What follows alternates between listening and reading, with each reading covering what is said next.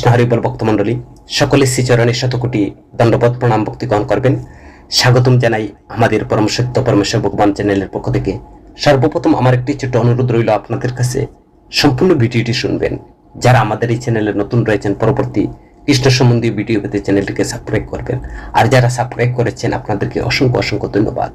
আজকে আমরা এই ভিডিওতে জানব নেতিবাচক লোকদেরকে উপেক্ষা করার জন্য আপনার মনকে কিভাবে ব্যবহার করা তার উপায় সম্বন্ধে। আপনার মানসিক ইতিবাচক দিকে কিভাবে আপনি অগ্রসর হবেন, নেতিবাচক লোকদেরকে উপেক্ষা করার জন্য আপনার মনকে কিভাবে আপনি প্রশিক্ষণ দেবেন। নেতিবাচক লোকদের প্রতি মনোযোগ দেওয়া এবং মনের মধ্যে সেই নেতিবাচক শক্তি দীর্ঘায়িত হওয়া অগ্রগতির জন্য বড়ই ক্ষতিকর। সৌভাগ্যবশত সেগুলো থেকে আপনার মনকে চালিত করা সোজা যখন আপনি সঠিক উপলব্ধি করবেন। আজকের প্রশ্নটি হলো, যখন লোকেরা আমার সমালোচনা করে তখন আমি আমার নিজের আত্মবিশ্বাস হারিয়ে ফেলি। যখন অপমান শুনি তখন আমি ভেঙে পড়ি, যদিও আমি ইতিবাচক হতে চাই। অন্যদের নেতিবাচক আচরণ আমাকে লাঞ্ছিত করে। আমি কিভাবে নেতিবাচক প্রবেশ তার যেগুলো অ্যাকশনগুলো রয়েছে আমি তাকে পরিচালনা করতে কিভাবে শিখতে পারি। ভালো মনে রাখবেন, একটি মুক্ত সমাজে আপনি নিয়ন্ত্রণ করতে পারবেন না। লোকেরা কি বলবে সেখানে ইতিবাচক বিবৃতি হবে এবং নেতিবাচকও হবে। একবার শিখে নিন কিভাবে সেগুলো পরিচালনা করা যায়, সেগুলোকে আপনার অগ্রগতিতে নিয়ে যান। যেমন একজন ছাত্র, তার পেন্টিং ক্লাসের চতুর্থ এবং শেষ বর্ষ ছিল। সে সুন্দর দৃশ্য তৈরি করে এবং মেসেজ সহ রাস্তার ধারে একটি দোকানের বাইরে রেখেছিল। আর আমি আমার পেন্টিং উন্নত করার চেষ্টা করছি, যেখানে আপনি মনে করবেন যে আমার স্ট্রোক কম করে এবং সন্ধ্যায় কিছু পয়েন্ট করে নিখুঁত সাইড তৈরি করে। তিনি অ্যাক্সেস দিয়ে আচ্ছাদিত সম্পূর্ণ পেন্টিং ফিরে গেলেন। তিনি খুবই ভেঙে পড়েছিলেন। তার চিত্রকলা গুরু শিক্ষক বললেন, আমার পুত্র চিন্তা করবেন না, আমি আপনাকে দেখাবো যে আপনি সত্যি অসাধারণ ছবি আঁকছেন, অন্য একটি তৈরি করুন। ছাত্ররা অন্যটি তৈরি করে। তো শিক্ষকরা তাকে একই জায়গায় বসিয়ে দিলেন। স্যার, আমি এই পেন্টিং উন্নত করার চেষ্টা করছি। আমি কিছু ক্রেন রেখেছি, যেখানে একটি ক্রেন এবং পেন্টিং করতে চান একটি পেন্টিং করতে সেখানে দেওয়া হয়। ছাত্রটি 1 মাস পরে এবং দেখতে পেল যে দৃশ্যের উপর একটি চিহ্ন নেই। শিক্ষক ব্যাখ্যা করছেন যে কেউ মিথ্যা খুঁজে পেতে পারে, তবে আপনি যদি তাদের উন্নতি করতে বলেন তবে খুব কম হবে। অন্যের নেতিবাচক বক্তব্যকে খুব বেশি গুরুত্ব দেবেন না। আপনি শিখেছেন আপনার নিজের মূলত অন্যরা কি মূল্যায়ন করবে তার উপর নির্ভর করে না। আপনি কি কখনো অন্য কি বলল সেটা নিয়ে আপনি ভাববেন না। আপনি কোনো বিমানবন্দরে একটি জুস 100 টাকা বিক্রি করছিলেন এবং বিমানবন্দরের বাইরে সেই জুস 30 টাকার বিক্রি হচ্ছিল। কিন্তু এখন রহস্য হচ্ছে, আসল কথা কি ছিল সেখানে, আপনার যে আসল মূল্য ওহাই কি। শুধু এখানে বাইরের যে জুস, ভিতরের যে জুস কিন্তু একই, কিন্তু তার লেভেলের উপর নির্ভর করছে। এয়ারপোর্টের ভিতরে বা বিমানবন্দরের ভিতরে যে জুসটি, সেখানে লেবেলে লেখা ছিল 100 টাকা, আর বাইরে যে জুস বিক্রি হচ্ছে সেম কোয়ালিটি, কিন্তু সেটা লেবেলে লেখা ছিল 30 টাকা। কিন্তু আসলে লেবেলের উপর নির্ভর করে না। যে কেউ আপনাকে ষষ্ঠ শ্রেণীতে রাখবেন। এমন একজন ছাত্র ছিল যে সে খুব বুদ্ধিমান, কিন্তু সামাজিক আচরণে একজন বুদ্ধিমান এবং তার সহপাঠী এটির জন্য তাকে উপহাস করত। এক সকালে যখন সে ক্লাসে বসেছিল তখন তার বন্ধু একটি পেপারে লিখেছিল এবং আমি তার বন্ধুর দিকে তাকিয়ে হাসতে হাসতে পারি। দিনের শেষে গণিতের ক্লাস চলছিল। শিক্ষক বোর্ডে একটা সমস্যা লিখেন, বললেন কে এখানে এসে উত্তর দিতে পারেন। তো সমস্ত ক্লাস নীরব ছিল যতক্ষণ না এই ছেলেটি তার হাত তুলল। শিক্ষক তাকে ডাকলেন। যখন তিনি হাঁটছিলেন তখন সমস্ত ছাত্র তার পিঠের লেবেলটি দেখে হাসছিল। কে যেন তার পিঠে সাইনবোর্ড লিখে দিয়েছিল, সেই বোর্ডে প্রশ্নের উত্তর দিয়েছে এবং সে তার ফিরে আসার সময় শিক্ষক তার পিঠের যে লেবেলটি তিনি দেখেছিলেন। শিক্ষক তখন বললেন, আপনি কি জানেন? কেননা তিনি প্রশ্নের উত্তর দিতে পেরেছিলেন, কারণ তিনি জানেন না যে আপনি তাকে কিছু বলতে পারেন। আমি যে কেউ তাকে বলতে পারি। স্বমূল্যের থেকে স্বাধীনতা, এই সত্য কথাটা আসে।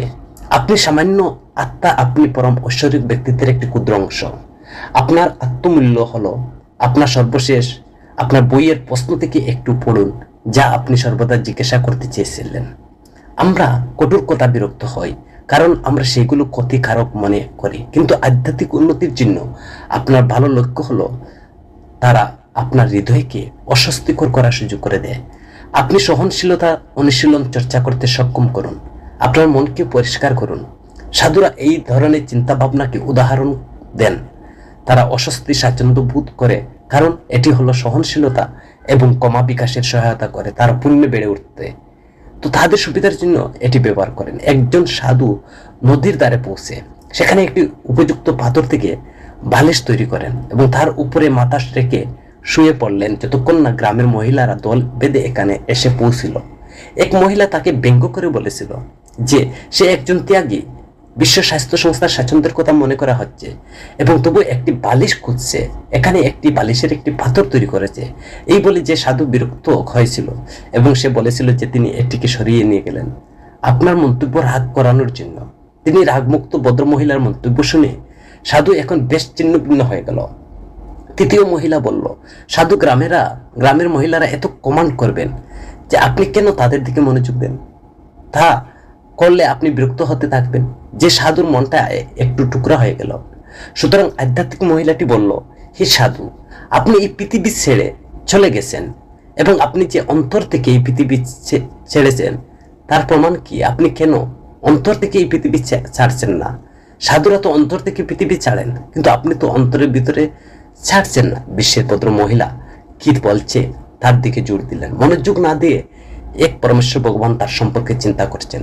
আপনি মহাসাধকগণ যারা এই পৃথিবীতে বিচরণ করেন তাদের হৃদয় এত পবিত্র, পরমেশ্বর ভগবানের প্রতি এত ভালোবাসা ছিল যে সারা বিশ্ব তাদের সমালোচনা বা নিন্দা করলেও তারা এটিকে হৃদয়ে নেয়নি, কারণ তার হৃদয়টা ছিল পৃথিবীর বাইরে।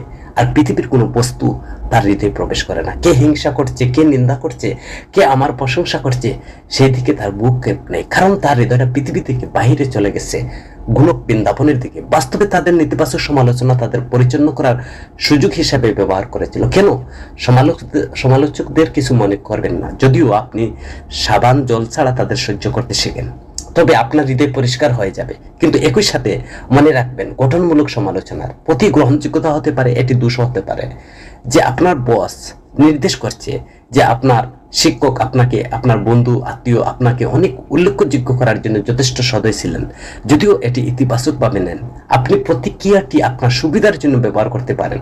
মনে রাখবেন যে আমাদের মধ্যে কেউ নিখুঁত ব্যক্তি হতে পারেন না।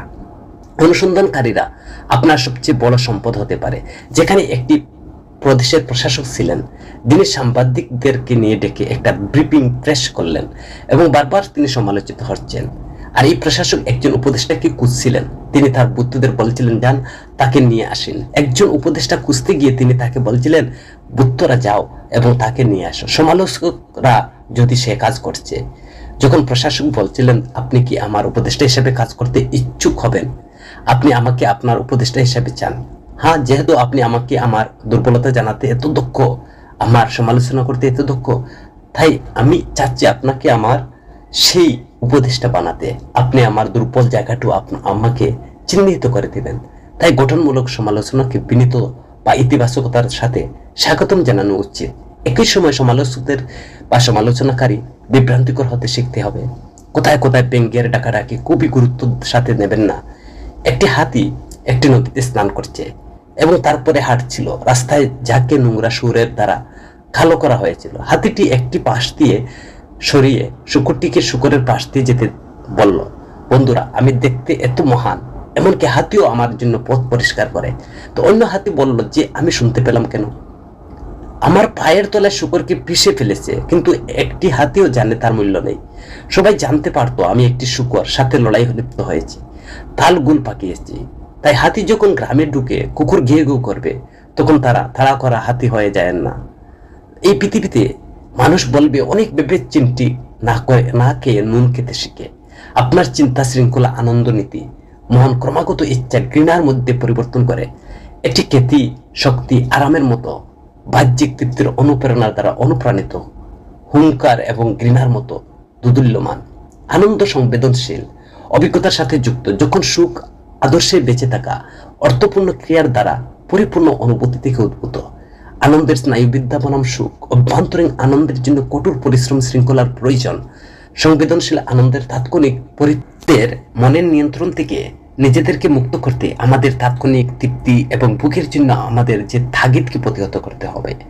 এর মধ্যে রয়েছে দোষ অনুসন্ধান, অভ্যাস পরিহার করা, তার পরিবর্তে আত্ম উন্নতির দিকে মনোনিবেশ করা, ব্যক্তিগত বৃদ্ধির উপর দৃষ্টি নিবন্ধন করা, সহনশীলতা অনুশীলন করে আমরা এই প্রবণতার ঊর্ধ্বে উঠতে পারি এবং প্রকৃত সুখ অর্জন করতে পারি।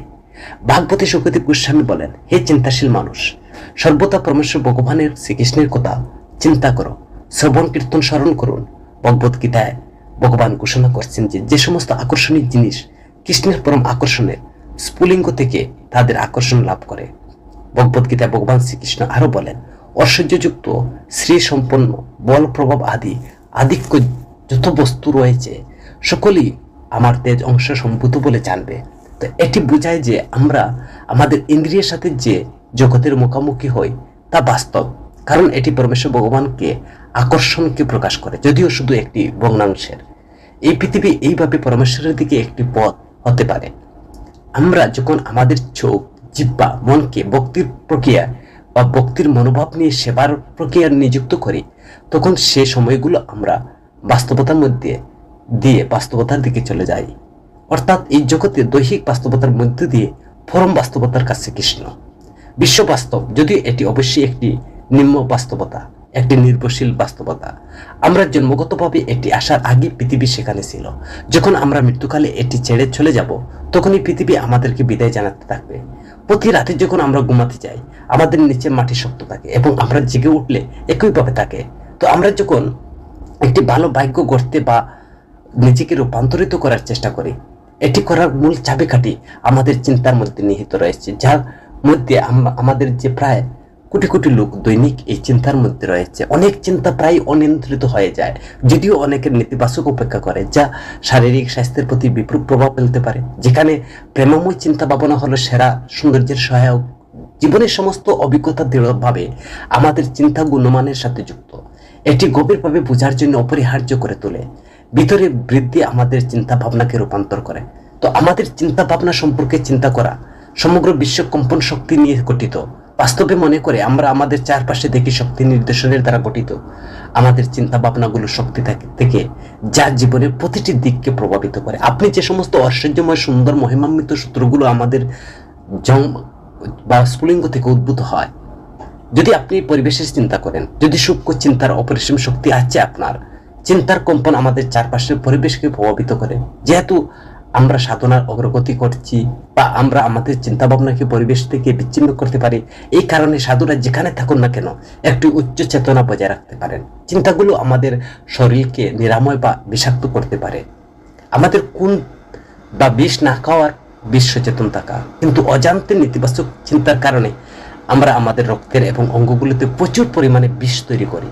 ভয়, হিংসা, ঈর্ষা সবই শরীরকে নেতিবাচকভাবে প্রভাবিত করে, কারণ অতিরিক্ত উদ্বেগ অ্যাসিডিটির দিকে নিয়ে যায়, মানসিক বিষ উত্তোলন শক্তির প্রবাহকে ব্যাহত করে, তো এইভাবে রোগের দিকে পরিচালিত করে। একইভাবে আমরা আমাদের হৃদয়ে ইতিবাচক চিন্তা ভাবনা, নিঃস্বার্থ ভাবনা জাগিয়ে আমাদের হৃদয়কে বা আমাদের শরীরে সুস্থ রাখতে পারি। তা আমাদের শক্তির স্তরকে বোঝায়। সুখ দুর্দশা নির্ধারণ করে চিন্তাগুলো। মনে করুন, আমি ভালো বা খারাপ কিছুই না, চিন্তা ভাবনা এটি তাই করে। কিন্তু আমাদের সুখ দুঃখের অভিজ্ঞতা পরিস্থিতির উপর নির্ভর করে না, বরং আমরা কিভাবে তার উপলব্ধি করি তার উপর নির্ভর করে। পরিস্থিতি যাই হোক, আমরা আমাদের মনের চিন্তার দ্বারা উপর ভিত্তি করে সুখী বা দুঃখী হয়ে উঠি। আমাদের চিন্তা ভাবনাগুলো আমাদেরকে সংজ্ঞায়িত করে। ভালো মানুষ প্রাথমিকভাবে সহানুভূতিশীল, বিশুদ্ধ চিন্তা ভাবনা। অন্যদিকে খারাপ মানুষের বেশিরভাগ ঘৃণাপূর্ণ এবং অপ্রত্যাশিত চিন্তা ভাবনা তার থাকে। আমরা যা ভাবি ভেতর থেকে যা আমাদের ভালো খারাপ করে তোলে। আমরা যে কাপড় পরিধান করি বা আমরা কেমন দেখি তা নয়, ধ্যান, মনন, আত্মদর্শন, পরমানন্দের মাধ্যমে। তো চিন্তা ভাবনাগুলো কর্মের অগ্রদূত। চিন্তা ভাবনা আমাদের প্রতিটি কর্মের আগে। আমরা আমাদের মনের মধ্যে যে চিন্তাগুলো গড়ে তুলি তা আমাদের কাজের ভিত্তির তৈরি করে। সাধুরা তা বিশুদ্ধ ক্ষমতাপ্রাপ্ত চিন্তার কারণে লক্ষ লক্ষ মানুষের জীবনকে উন্নত করতে পারে। সাফল্যের চাবিকাঠি হলো আমাদের চিন্তাকে উন্নত করা। আমরা জীবনে কতটা উচ্চতে উঠি তা নির্ভর করে আমাদের চিন্তা স্তরের উপর। ভগবত গীতায় ভগবান শ্রীকৃষ্ণ দশম অধ্যায় 41 নং শ্লোকে বলছেন যে উপলব্ধি যুগের জন্য কৃষ্ণ কখনো তার কাছে হারিয়ে যান না এবং তারা কখনো তার কাছে হারান না। যিনি আমাকে দর্শন করেন আমাদের সবকিছুর মধ্যে তিনি দেখতে পান। তার জন্য আমি কখনো হারিয়ে যাই না, সেও কখনো আমার কাছে হারান না। তো আপনারা চিন্তা করুন, চিন্তা শক্তি আয়ত্ত করা। চিন্তা শক্তিকে কাজে লাগাতে আমাদের সবচেয়ে বড় বাধা হলো তার উপর আমাদের নিয়ন্ত্রণের অভাব রয়েছে। মনকে নিয়ন্ত্রণ করতে পারছি না। এটি কাটিয়ে উঠতে আমাদের অবশ্যই সচেতনতা, ক্ষমতায়ন, চিন্তা ভাবনা বেছে নিতে হবে। সেগুলো প্রত্যাখ্যান করতে হবে যেগুলো কোনো মূল্য নেই। শরীরের অন্যান্য অংশের বিপরীতে মনও প্রায় আমাদের আদেশের সহজে সাড়া দেয় না, যা মানসিক নিয়ন্ত্রণের চ্যালেঞ্জের দিকে পরিচালিত করে। তো শিকারের মানসিকতা থেকে মানসিক স্বাধীনতা পর্যন্ত, শিকারের মানসিকতা লোকে প্রায় তাদের নেতিবাচক মেজাজের জন্য অন্যদিকে পরিস্থিতিকে দায়ী করে শিকারের মানসিকতা গ্রহণ করে এবং যা নেতিবাচক আবেগের চক্রে সে আটকে যায়। আবেগের বন্ধন, ইতিবাচক চিন্তা ভাবনা গড়ে তুলতে ব্যর্থ হলে নেতিবাচক আবেগের উদ্ভব হতে পারে, হতাশা বা উদ্বেগের দিকে যেতে পারে। সময়ের সাথে সাথে এটি একটি অন্তর্নিহিত মনোভাব হয়ে ওঠে, আমাদের মানসিক আবদ্ধ রাখে। অটো পাইলট চালানো বন্ধ করুন। আমরা আমাদের চিন্তা ভাবনা বেছে নিতে পারি এবং আমাদের মনের প্রতিটি আবেগ গ্রহণ করা উচিত নয়। শিকারের মানসিকতা থেকে উদ্দেশ্যের দিক চালিত চিন্তা প্রক্রিয়া স্থানান্তর করা মানসিক স্বাধীনতার চাবিকাঠি। আমরা আমাদের চিন্তা নয়, নেতিবাচক চিন্তা থেকে দূরে। নেতিবাচক চিন্তাগুলো ক্ষতিকারক নয় যদি না আমরা তার সাথে শনাক্ত করি। এটি সাক্ষীর চেতনা অবলম্বন করে আমরা তাদের দ্বারা নিয়ন্ত্রিত না হয়ে আমাদের চিন্তাগুলো পর্যবেক্ষণ করতে পারি। এই অনুশীলনের মাধ্যমে প্রক্রিয়া ছাড়াই আবেগ সংবেদনশীল এবং পর্যবেক্ষণ করা আমাদের চিন্তা অনুভূতি পৃথক ঐশ্বরিক আত্মা সাক্ষী মানসিকতা বজায় রেখে শান্ত নিয়ন্ত্রণ থাকতে পারি। যখন নেতিবাচক আবেগ দেখা দেয়, মননশীলতার সাথে অনুশীলন করা সদা সর্বদা যে আমাদের নিজেদেরকে আমাদের চিন্তার মধ্যে স্থান তৈরি করে দেয়, আত্মনিয়ন্ত্রণ ভারসাম্য বজায় রাখে। এটি শুধুমাত্র উন্নত আধ্যাত্মিক নয়, আলোকিত জীবনযাপনের জন্য এটি ব্যবহার করা একমাত্র উপযুক্ত। নেতিবাচক চিন্তার সমস্যা, চিন্তার বিষ থেকে সাবধান। লালসা, ক্রোধ, লোভের মতো অভ্যন্তরীণ যে শত্রুরা রয়েছেন ভুল চিন্তা থেকে উদ্ভূত হয়, যা আবেগের দিকে চালিত করে। কেননা নেতিবাচক চিন্তার উদ্ভব হয়, নেতিবাচক চিন্তা ভুল ধারণা, ভুল বিশ্বাস, অসম্পূর্ণ জ্ঞান থেকে উদ্ভূত হয়, প্রায় ভুল চিন্তার কারণ হয়। তো অত্যাধিক সাবধানতা, এটি একটি একক ঘটনার উপর বিবৃতি অনুমান করা, ন্যায্যতার ভুল, ন্যায্যতার ব্যক্তিগত ধারণার সাথে জীবন প্রত্যাশা করা, হতাশা করা, বিপর্যয়ের প্রত্যাশা করা এবং কল্পনা করা বা কল্পনায় পড়া, আসরিক চিন্তায় করতে করতে আসরিক চিন্তায় মগ্ন হওয়া, অন্য আমাদের যে পরমেশ্বর ভগবানের চিন্তায় যুক্ত হয়ে ভগবানের চিন্তায় যুক্ত হওয়া। তো যা কল্পনা করা যায়, কল্পনা করতে করতে কল্পনার মধ্যে সে চিন্তার মধ্যে পড়ে সে কাজ করে যায়। লেবেলিং করা, নিজেদেরকে অন্যদের সাথে নেতিবাচক লেবেল বরাদ্দ করা, আবশ্যিক চিন্তা ভাবনা করা। তো আবেগজনিত যুক্তি, আবেগকে সত্য বলে ধরে নেওয়া, যুক্তিকে উপেক্ষা করা, আঙ্গুলের ইশারায় আত্মদর্শন, নিজেকে উন্নত করার পরিবর্তে অন্যকে দোষারোপ করা। ত্রুটিপূর্ণ চিন্তা ভাবনার প্রতিকার করুন, ক্ষতিকারক চিন্তা চিহ্নিত করুন, তাদের ভিত্তি চ্যালেঞ্জ করুন, দমন করা এড়িয়ে চলুন, তাদের পরিচালনা এবং রূপান্তর করতে কৌশল ব্যবহার করুন। চিন্তাকে রূপান্তর করুন নির্ভুলতা, নিজেদেরকে নেতিবাচক চিন্তা থেকে দূরে সরিয়ে তাদের মনের দুষ্টামি হিসেবে স্বীকৃতি দিন। প্রতিস্থাপন করুন নেতিবাচক চিন্তাগুলোকে ইতিবাচকের দিকে প্রতিস্থাপন করুন, যেমন রাগকে ভালোবাসার সাথে প্রতিস্থাপন করুন। পরমানন্দ, ইতিবাচক উন্নত চিন্তা ভাবনা গড়ে তুলুন, মনকে উচ্চ আদর্শের দিকে পরিচালিত করুন, ঈশ্বরের দিকে মনোনিবেশ করুন, উচ্চ নীতিতে প্রকাশ করুন। আমাদের একটি স্থির মন বজায় রাখুন এবং নেতিবাচক চিন্তা ভাবনার পরিবর্তন করে ইতিবাচক মানুষদের সাথে মেলামেশা করে আমাদের পরিপূর্ণ এবং আলোকিত জীবনযাপন করতে পারি। ভক্ত সঙ্গ করতে পারি, সাধু সঙ্গ করতে পারি, শাস্ত্রের সঙ্গ করতে পারবেন। হরে কৃষ্ণ।